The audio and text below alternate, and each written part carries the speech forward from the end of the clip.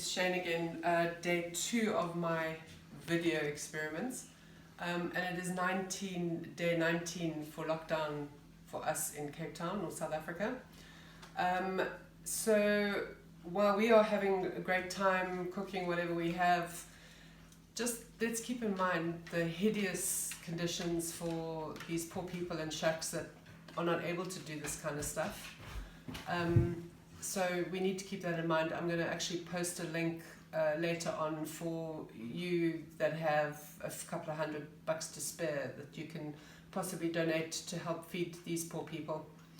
That being said, we are going to carry on with what we have, and today is Tarte Tatin Day, which is going to be great fun. It's embarrassingly easy pudding, and it is my go-to pudding when, you know, I want to give somebody something quickly and easily. So I've prepared, so that you don't have to suffer hours of viewing, the apples. I've put the apple skins in here because another really easy thing to do is to add a little bit of vinegar to that. And then you have, in a couple of days, some apple cider vinegar, which is quite cool. Okay, so we are going to start the process. We're going to put in it's about 3/4 of a cup of sugar.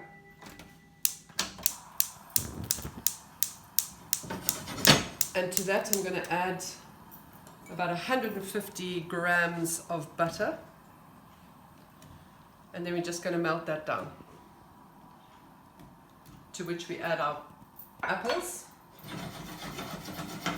Just have to say, you know, lockdown in Cape Town is like hardcore. We can't buy booze, we can't buy cigarettes, we can't buy gardening stuff. We're not allowed to walk our dogs, we're not allowed to exercise. So for those of us with gardens, it's peachy, but for everyone else, it's really, really shit. Okay, so the sugar is going to dissolve and melt down with the butter. I'm going to add a little bit of cinnamon because that's what I like. And then we're going to add the apples, and we're going to oh, it's chilies, wrong one.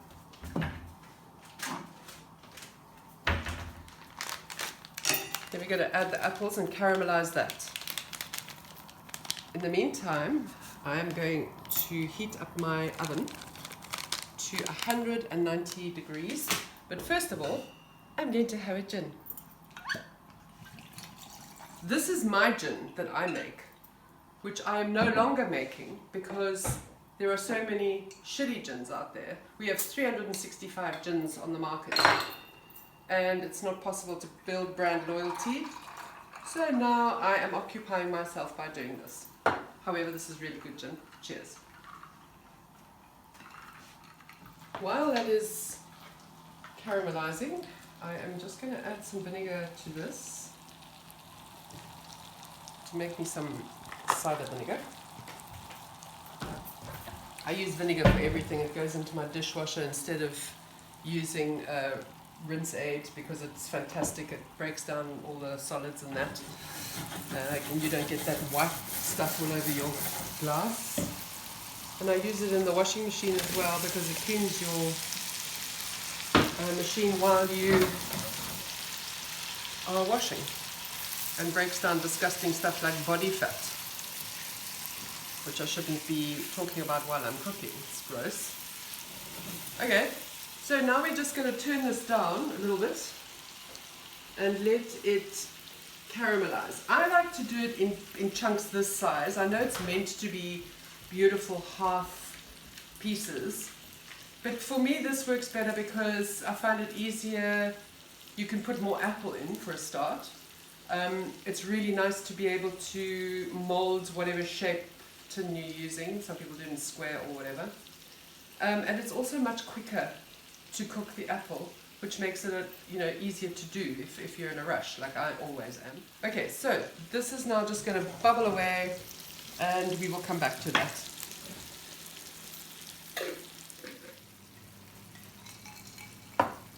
Okay, so while this is still caramelizing beautifully, this is a fantastic product that I use all the time. It's a friend of mine who makes it, and it is a chemical-free sanitizer that has the most phenomenal applications and kills 99.9% of all known pathogens You can Google it, you can find out information about it, it's available here in Cape Town. But it's fantastic for things like this, you know. I much prefer wooden boards to plastic boards. It has been scientifically proven that wood has a natural kind of antibacterial effect, rather. All you have to do is wash it with hot water and soap, and it gets rid of anything. But this is really nice to spray on surfaces like this to decontaminate and so on. So, and I mean, you know, we use it all the time just to sanitize our hands, especially at the moment with all this shopping malarkey and whatever. Okay, so this is coming along really nicely. Just going to turn these over. You can see what's happening here. It's gorgeous, unctuous, bubbly, sugary, cinnamony goodness. So we don't want this to kind of overcook before the apples are soft. So just keep an eye on it. Just going to turn it down a touch, and then we'll see how we deal with this afterwards, because it's kind of an unorthodox way. But I got it from Mr. Darren Purchase, who's an English chef, this is his method, and I find it works brilliantly. It's really, really easy.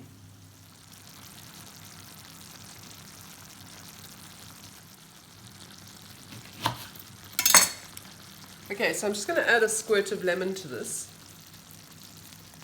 because we're all lemon freaks, and I've got a lovely lemon tree in my garden, which is really nice. And it just adds a little bit of acid to cut some of that sweetness, and it brings out the other flavours in it.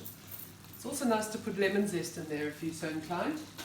Give it another stir. You can see it's bubbling beautifully here. And I haven't used Granny Smith apples. I've used Starking, which is all the apples that I could get. So they're fairly firm, but they will break down much more quickly because they're not sort of really considered cooking apples. So that it doesn't need too much longer actually, because it's going to spend about 40 minutes in the oven. So that's what we are aiming for. Right, so now we get on to the pastry. This recipe obviously can be veganized. Instead of using butter, use vegan butter. Most commercial puff pastries are already vegan, which is great news for everybody. So this is a, you know, commercial puff pastry which I'm going to use. It just shows how easy this pudding really is. Right, so I'm just going to not be fussy about this at all. I don't bother to cut it into rounds and make it all pretty and whatever. This is, whole point of this is to show you you can cheat a lot and get the same results. So I'm going to cut it about there. Right. And then I'm going to switch this off. This goes over the top.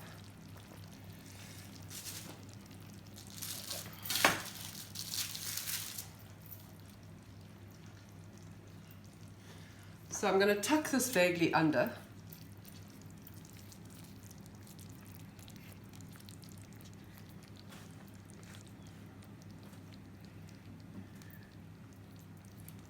Right. And then I'm going to grab a spoon. And then this is the interesting part. This is what Mr. Darren Purchase advises, is to take this delightful syrup and slap it on top of your puff pastry that is raw, which just goes against everything everybody who's ever baked has ever been taught. And what it does is it makes a really nice crispy bottom, which is what you want for this. I'm actually going to just sort of cover these gaps a little bit.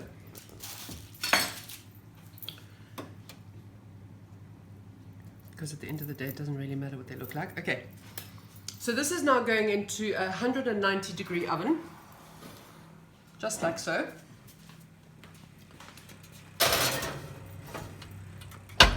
And it's going to be for 40 minutes. See you when it comes out.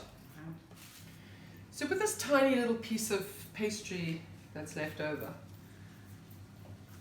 nice thing to be able to do is to make a little jam party thing.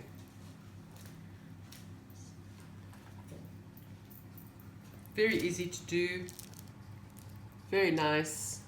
Just that's all it is. You can fold it over on itself or do whatever, but because it's a weird shape, I'm not even going to bother to do that. That can just go into the oven whenever I feel like it, and it becomes quite delicious. Okay, that's it.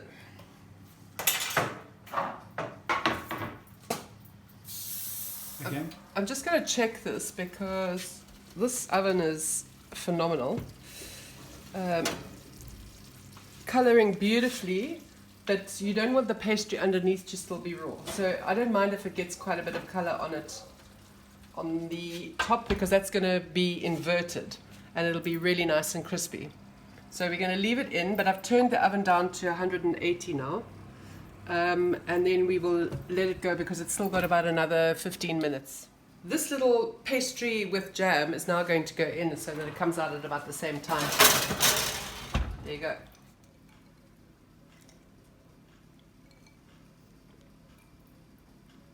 Great way to spend lockdown. I've just received a text from my daughter who is also in the food business in Zambia. And some poor farmer who has got 5,000 lettuces that she cannot sell because all the restaurants have been closed. And he's asking, what should he do with his 5,000 lettuces? I mean, is that not complete madness? I don't know. Anyway, so now I'm going to check this because I think that I need to cut off at least 6-7 minutes of my time, because this is looking marvelous. I'm going to take this out. I'm going to let it cool for a couple of minutes and then I'm going to invert it. How beautiful is this? Look how crispy this is. This is just wonderful. And when it stops bubbling, then I'm going to invert it and then we will see the finished product. I'm going to turn it over now because otherwise it sticks. And don't be scared of doing this.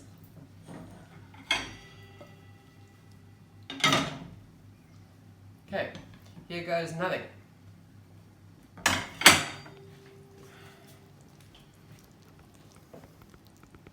Okay, this should have really become darker, so I erred on the side of caution here because these are not cooking apples, but you can see they're really soft.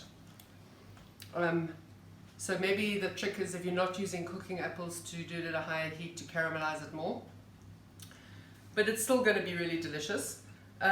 What I'd like to do with this is I like to serve it with creme fraiche. I do have the leftover cream that I had from yesterday, which I will use for this. Or I can use banana ice cream, which I made the other day. If you've got lots of bananas that are sitting in your bowl and you don't know what to do with them, that's also something that we can do. Freeze them, make them into perfect ice cream, which is really healthy for your kids as well. But this is it. So now I'm going to cut some and serve a piece. And you know, I hope you guys are actually going to help me lose the weight that I'm now piling on doing all of this. Well, here we go.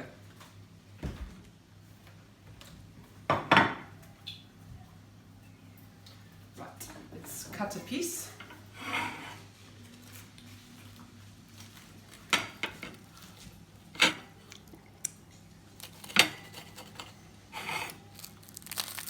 Can you hear that crunch?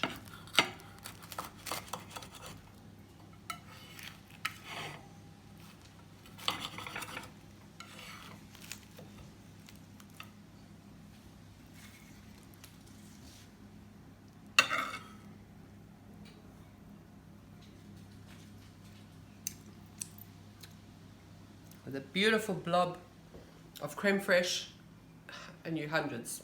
Everybody will be very grateful for that pudding.